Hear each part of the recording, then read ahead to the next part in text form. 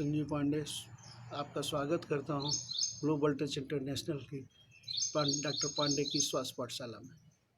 कल हम लोग बात कर रहे थे ब्लड प्रेशर की और उसमें बात आई थी यौगिक डाइट की।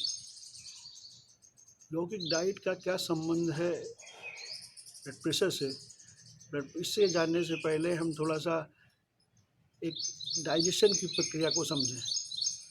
जब हम ये 4 स्टेजेस में होते हैं, पहला जब हम इंजेक्शन करते हैं तो ये एक मैकेनिकल प्रोसेस होता है, च्यूइंग करते हैं। तब भोजन को हम बड़े टुकड़ों से छोटे टुकड़ों में बदलते हैं और उसको मुलायम करते हैं। फिर उसके बाद पेट में जाता है, वहाँ पर केमिकल प्रोसेस होती है और मैकेनिकल प्रोसेस भी होती है, चर्निंग होती है।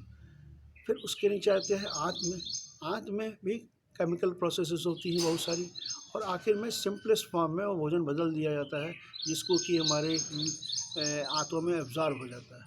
फिर वो ब्लड के जरिए लीवर में ले जाया जाता है जहाँ पर एसिमिलेशन उसका होता है। इस सारी प्रक्रियाओं के दौरान जो केमिकल प्रोसेस होता है, ये भोजन को कॉम्प्लेक्स से सिंपलेस्ट फॉर्म में कन्वर्ट करने की प्रक्रिया होती है।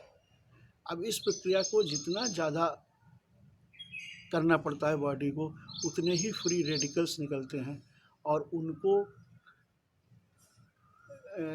मैनेज करने के लिए हमारी बॉडी में सुपर ऑक्सीडेज डिसम्यूटेज होते हैं, जिनको हम कहते हैं एसओडी।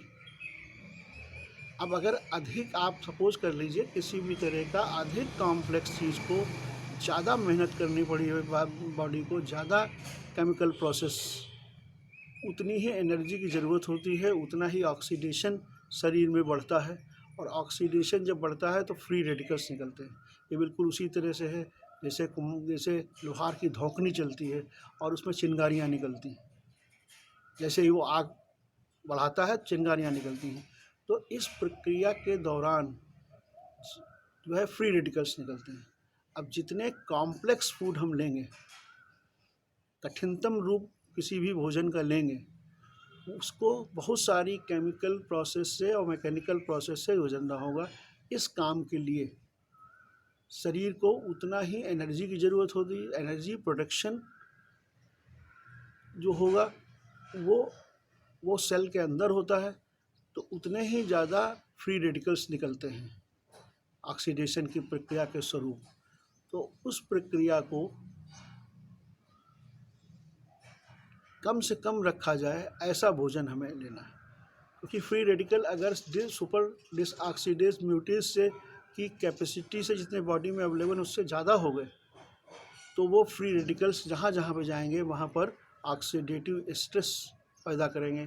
और जब भी बॉडी के अंदर तनाव होगा, एक्स्ट्रा डिमांड ऑन बॉडी किसी भी तरह से, तो हमारा हार्ट रेट बढ़ेगा, हमारा ब्रीदिंग रेट बढ़ेगा, वाटर होल्ड ज़्यादा होगा और ब्लड प्रेशर बढ़ जाएगा। तो ये प्रक्रिया को हमें सरलतम रखना है।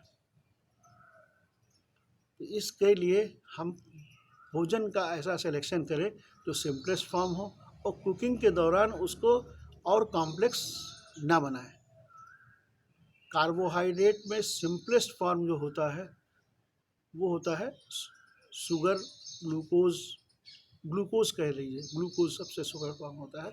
और वो सारी चीज़ें जब केमिकल प्रोसेस का मैकेनिकल प्रोसेस से गुजरती हैं, आखिर में वो ग्लूकोज या अल्कोहल के रूप में ही जाके एब्जॉर्ब होती है, लिक्विड फॉर्म में एब्जॉर्ब होती है।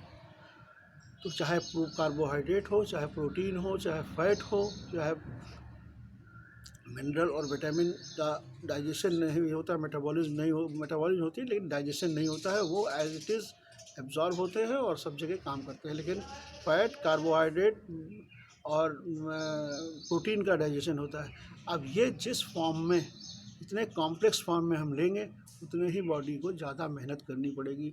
उसके फलस्वरूप ज़्यादा ऑक्सीडेशन होगा, ज़्यादा एनर्जी प्रोडक्शन की प्रक्रिया चलेगी और हार्ट रेट बढ़ेगा, ब्रीदिंग रेट बढ़ेगा, और उसके ऊपर अगर फ्री रेडिकल ज़्यादा निकल गए तो और ज़्यादा बढ़ जाएगा। तो इस प्रक्रिया से बचने के लिए हम लोगों को सिंपलेस्ट फॉर्म और कुकिंग भी सिंपलेस्ट रखनी होगी। अब हम लोग यौगिक डाइट की बात कर सकते हैं।